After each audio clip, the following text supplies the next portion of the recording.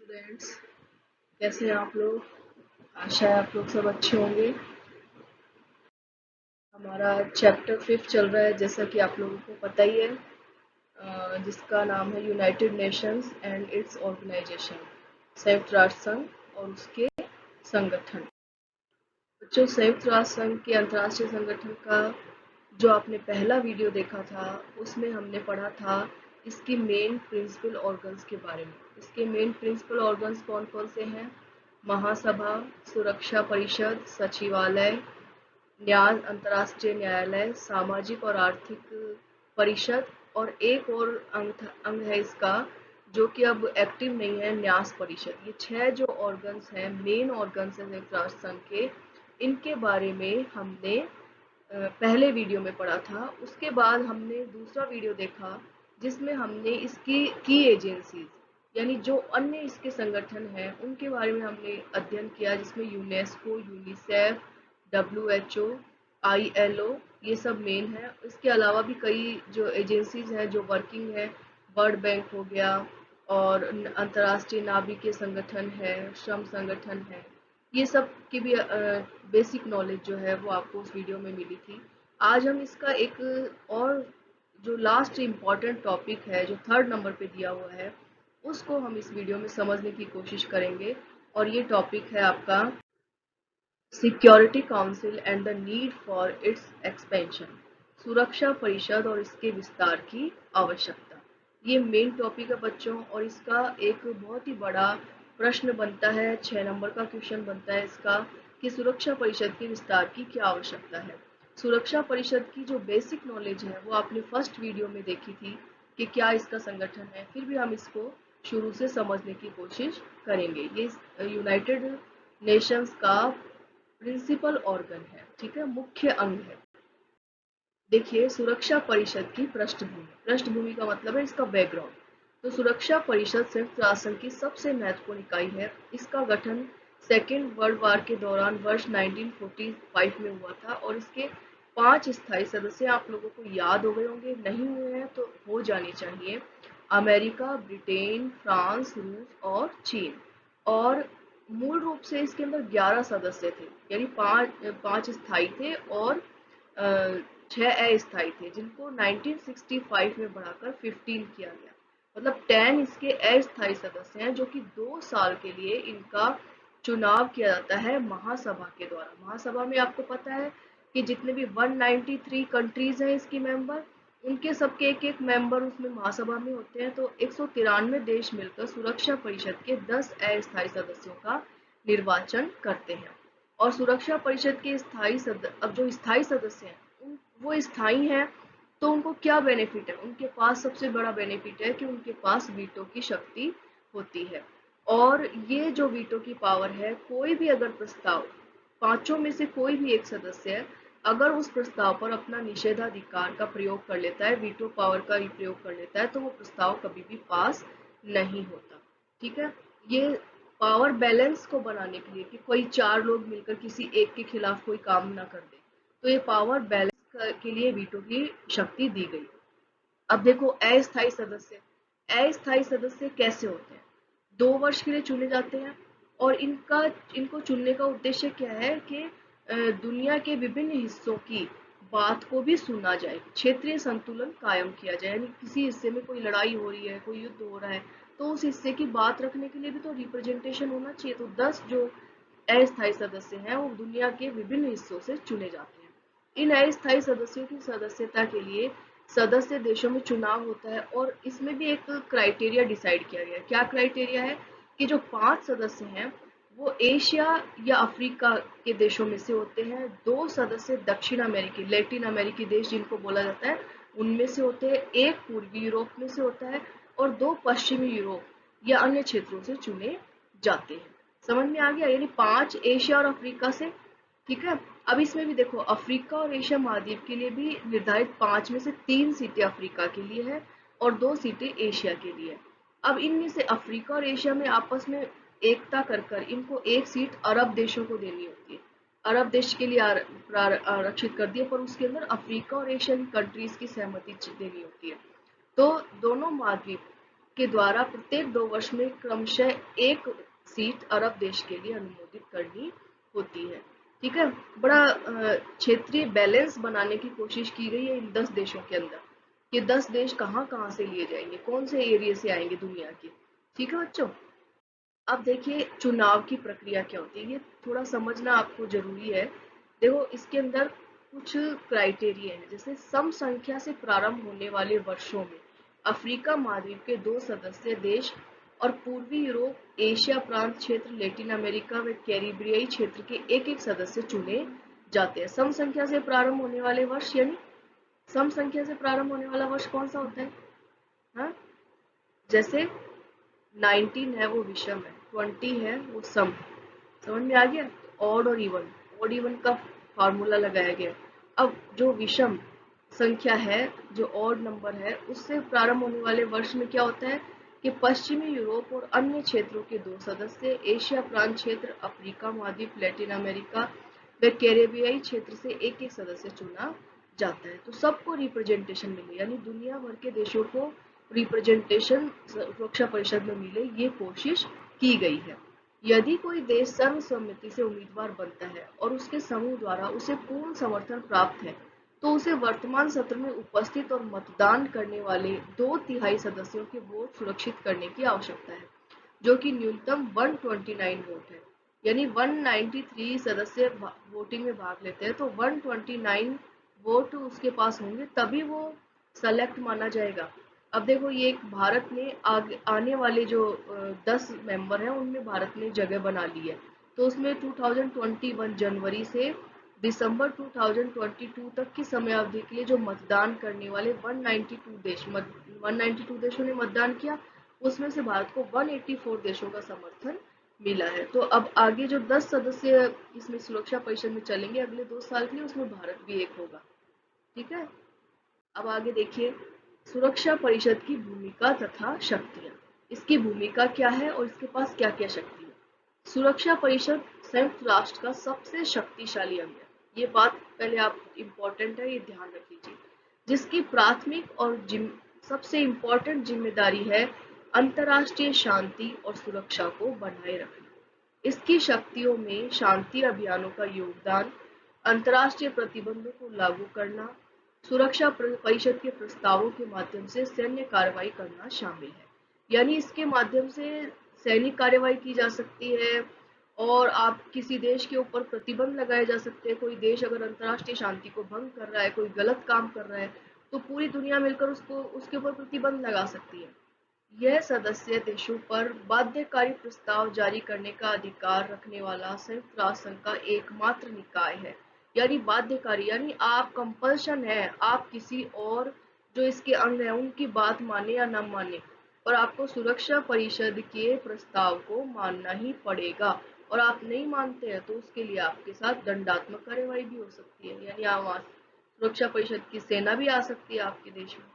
संयुक्त राष्ट्र चार्टर के तहत सभी सदस्य देश सुरक्षा परिषद के निर्णयों का पालन करने के लिए बाध्य होते हैं। मौजूदा समय में सुरक्षा परिषद के 5 स्थायी सदस्यों के पास वीटो पावर है। वीटो का अर्थ होता है निषेधाधिकार। स्थायी सदस्यों के निर्णय से अगर कोई भी एक स्थायी सदस्य सहमत नहीं है, तो वह वीटो का इस्तेमाल करके उसके निर्णय को रोक सकता है। ठीक है, अब ये देखिए कि सब जो इम्पोर्टेंट मुद्दा है वो ये है कि सुरक्षा परिषद में परिवर्तन की आवश्यकता क्यों। यही बड़ा प्रश्न बनता है बेटा, और यही आप लोगों को ध्यान में रखना है कि इसमें चेंज क्यों जरूरी है। तो सिंपल सी बात तो आपको समझ में आ गई होगी कि 1965 में चेंज हुआ था और तब से इसमें ना 15 सदस्य कर दिए गए, और जो 5 सदस्य तब शक्तिशाली थे वही आज वीटो पावर लेकर बैठे हुए। तो अब तो बहुत दुनिया चेंज हो गई। 35 और 20 कितने हो गए? 55 ईयर्स के अंदर दुनिया के अंदर बहुत बड़े बड़े परिवर्तन हुए हैं। तो उन परिवर्तनों को ध्यान में रखते हुए इसकी प्रक्रिया में परिवर्तन भी बहुत जरूरी है। तो सुरक्षा परिषद की स्थापना वर्ष 1945 की भू राजनीति के हिसाब से की गई थी, यानी उस समय की राजनीति कैसी थी भौगोलिक, उस समय कौन देश शक्तिशाली था। अब मौजूदा भू राजनीति द्वितीय विश्व युद्ध की पृष्ठभूमि से काफी अलग हो चुकी है। शीत युद्ध भी समाप्त हो चुका है और उसके समाप्ति के बाद सुधार की जरूरत बहुत ज्यादा है। इसमें कई तरह के सुधारों की आवश्यकता है, जिसमें सबसे ज्यादा संगठन यानी जो इसके मेंबर है उनमें चेंजेज होना चाहिए। फिर उसके बाद प्रक्रिया यानी काम करने का तरीका बदला जाना चाहिए। और मौजूदा समय में संयुक्त राष्ट्र सुरक्षा परिषद के जो 5 स्थायी सदस्य में यूरोप का सबसे ज्यादा प्रतिनिधित्व है। कैसे? ब्रिटेन और फ्रांस, और रूस भी आधा यूरोप में आता है और आधा एशिया में आता है। ठीक है ना? तो सबसे ज्यादा प्रतिनिधित्व कौन कर रहा है? यूरोप कर रहा है, जबकि विश्व की कुल आबादी का केवल 5% हिस्सा वहां यूरोप में रहता है। ठीक है? अब और क्यों परिवर्तन की आवश्यकता है? ये सारे बेटा पॉइंट है, अगर आप इन पॉइंट्स को नोट कर लेंगे, 6 पॉइंट दिए हैं, 6 मार्क्स का क्वेश्चन आता है, इसको थोड़ा आप एनलार्ज कर देंगे तो पूरा का पूरा आपका आंसर तैयार हो जाएगा। तो आपको बहुत ही ध्यान से इन स्लाइड्स को नोट करना है। फिर देखो अगला पॉइंट क्या है, अफ्रीका और दक्षिण अमेरिका का कोई भी देश सुरक्षा परिषद का स्थायी सदस्य नहीं है, यानी ये दो कॉन्टिनेंट तो पूरी तरीके से अलग है। जबकि संयुक्त राष्ट्र का 50% कार्य केवल इन्हीं देशों में किया जाता है, क्योंकि ये देश इनमें अविकसित राष्ट्र बहुत ज्यादा है, विकासशील तो है ही है, साथ में अविकसित भी है, तो यहाँ पर सबसे ज्यादा यूएनओ काम करता है। फिर शांति स्थापित करने वाले अभियानों में अहम भूमिका निभाने के बावजूद भारत जैसे अन्य देश, मतलब भारत जैसे कई देश हैं जिनकी बातों को नजरअंदाज किया जाता है, जिनके पक्ष को नजरअंदाज किया जाता है, जबकि ये काम ज्यादा करते हैं, ये सबसे इम्पोर्टेंट भूमिका निभाते हैं पूरी दुनिया के अंदर, फिर भी इनकी बात नहीं सुनी जाती क्योंकि ये स्थायी नहीं है।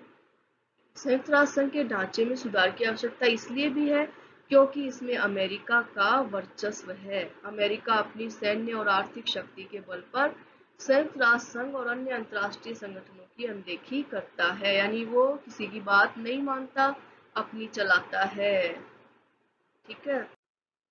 अब देखो एक पॉइंट आता है कि सुरक्षा परिषद में भारत की स्थायी दावेदारी के पक्ष में क्या तर्क दिए जाते हैं।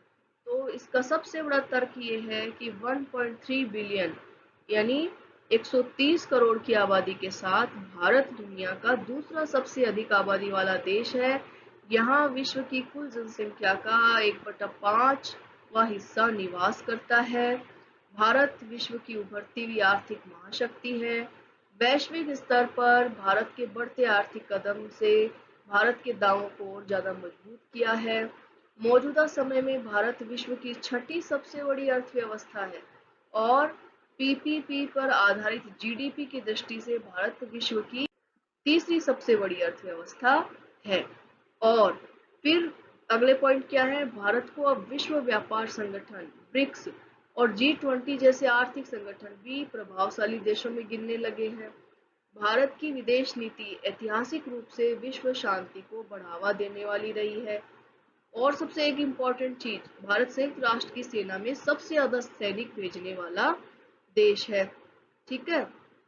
अब देखो बच्चों, एक इसमें ये भी क्राइटेरिया आता है कि किन को स्थायी सदस्य होना चाहिए।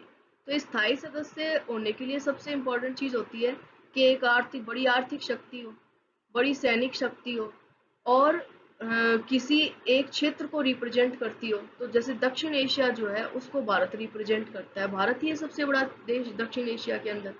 और एक और बात कि उसका यूएनओ में योगदान अच्छा हो। तो यूएनओ में भारत का रेगुलर योगदान है, कंट्रीब्यूशन। तो इन सारे 4-5 पॉइंट के आधार पर भारत जो है वो सुरक्षा परिषद का स्थायी सदस्य होने का प्रबल दावेदार बनता है। ठीक है? अब ये आता है कि सुरक्षा परिषद में और कौन कौन है जो दावेदारी दिखाते हैं कि भाई हम भी यहाँ इसके स्थायी सदस्य बन सकते हैं। तो एक G4 का समूह है। G4 में कौन कौन है? भारत, जर्मनी, ब्राजील और जापान। ये चारों के चारों बड़ी उभरती हुई अर्थव्यवस्थाएं हैं और दुनिया के अंदर बहुत अच्छा काम कर रहे हैं, शांति बना के रखना इनका लक्ष्य है। आर्थिक अर्थव्यवस्था के साथ साथ सैनिक ताकत भी इनके पास है। तो ये चारों देश जो हैं वो स्थायी सदस्यता के लिए एक दूसरे का समर्थन करते हैं। और G4 समूह का मानना है कि सुरक्षा परिषद को और ज्यादा प्रतिनिधित्वपूर्ण, न्याय संगत और प्रभावी बनाने के लिए जरूरी है कि इसकी सदस्यता का विस्तार किया जाए। अब एक और समूह है जिसको L69 समूह कहा जाता है। इसके अंदर Bharat, Asia, Africa, Latin America के 42 विकासशील देश जो है वो इसके अंदर इसके लीड कर रहे हैं, मतलब। और इनका इनकी मांग है, मतलब इन्होंने एक संगठन बना रखा है, मोर्चा बना रखा है, और ये चाहते हैं कि सुरक्षा परिषद की सदस्यता का विस्तार जल्द से जल्द किया जाए। फिर अफ्रीकी समूह है। अफ्रीकी समूह के 54 देश जो हैं वो ये कहते हैं कि जल्दी से जल्दी सुधार होना चाहिए, और इनकी मांग है कि अफ्रीका के 2 देश कम से कम सुरक्षा परिषद की स्थायी सदस्यता में शामिल किए जाने चाहिए, क्योंकि अफ्रीकी कॉन्टिनेंट के साथ बहुत ज्यादा पक्षपात हो रहा है। ठीक है। फिर अब देखो, क्यों नहीं हो पा रहा विस्तार, जो इतने सारे लोग डिमांड कर रहे हैं कि भाई विस्तार करो, सदस्यता बढ़ाओ, हमें भी स्थायी बनाओ, हमें भी स्थायी बनाओ, तो क्यों नहीं हो पा रहा? कुछ चुनौतियां, कुछ चैलेंजेस है। सबसे बड़ा चैलेंज क्या है कि जो 5 स्थायी सदस्य हैं वो अपनी वीटो पावर छोड़ना नहीं चाहते, और ना ही ये पावर किसी और को देना चाहते हैं। गद्दी वाली बात हो गई ना, कि जो सिंहासन पर बैठा है वो सिंहासन खाली क्यों करे, हाँ? या किसी और को अपने समतुल्य क्यों लिया है, दूसरा एक और सिंहासन लगा दो भाई। तो वो वाली बातें बेटा। तो जो स्थायी सदस्य हैं वो इसके लिए सहमत नहीं है, और उनके पास वीटो है। कोई भी प्रस्ताव आता है, कोई भी एक देश वीटो लगा देता है और प्रस्ताव वहीं रह जाता है। फिर अब इनको क्या है, भारत की सदस्यता के लिए चार्टर में संशोधन करना पड़ेगा। इसके लिए स्थायी सदस्यों के साथ साथ 2/3 देशों द्वारा पुष्टि करना आवश्यक है। ये भाई 2/3 देश पुष्टि करेंगे तब वो ना बन सकता है स्थायी सदस्य। चार्टर में क्या है कि जो इसके संस्थापक सदस्य हैं वही बन सकते हैं। फिर अमेरिका यहाँ बहुपक्षवाद के खिलाफ है, तो वहीं रूस भी किसी तरह के सुधार के पक्ष में नहीं है।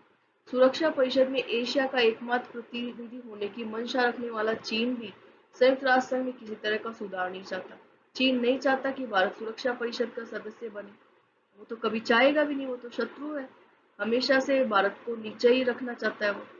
G4 समूह के शामिल देशों के साथ भी विभिन्न मानकों पर भारत को कड़ी प्रतिस्पर्धा का सामना करना पड़ता है, जैसे मानव विकास सूचकांक है, लैंगिक अंतराल सूचकांक इत्यादि में भारत की रैंकिंग जो है वो जर्मनी और जापान जैसे देशों से खराब है, यानी अच्छी नहीं है। हम अगर कई चीजों में रैंकिंग देखें तो जर्मनी जापान हमसे आगे आते हैं, हमसे ज्यादा डेवलप माने जाते हैं, तो उनकी सदस्यता को ज्यादा पक्ष मिलता है।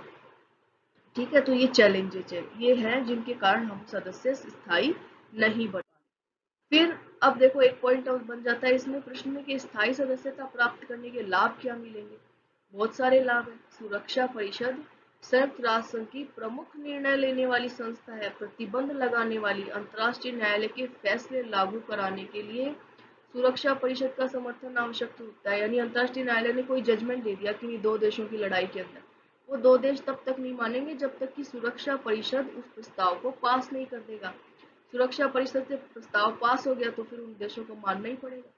ठीक है, तो मतलब बाध्यकारी संगठन यही है एकमात्र।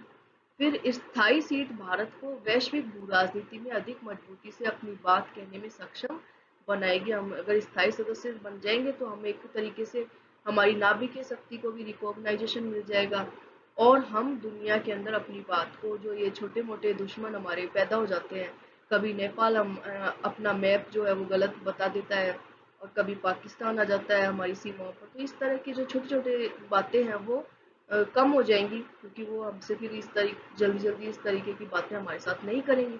ठीक है, सुरक्षा परिषद का स्थायी सदस्यता से भारत को वीटो पावर मिलेगी, तो वो किसी और देश को, जैसे चाइना जो है, वो भी कोई गलत प्रस्ताव पारित नहीं करवा पाएगा। सुरक्षा परिषद की स्थायी सदस्यता बाह्य सुरक्षा खतरों और भारत के खिलाफ राज्य प्रायोजित आतंकवाद के समाधान के लिए तंत्र को मजबूत करने में भी सहायक सिद्ध होगी, यानी हम आतंकवाद के खिलाफ भी एक अच्छी लड़ाई लड़ पाएंगे। कि संयुक्त राष्ट्र सुरक्षा परिषद में भारत की अस्थायी सदस्यता निश्चित तौर पर स्थायी सदस्यता की दिशा में अग्रसर होने के लिए एक महत्वपूर्ण प्रयास है।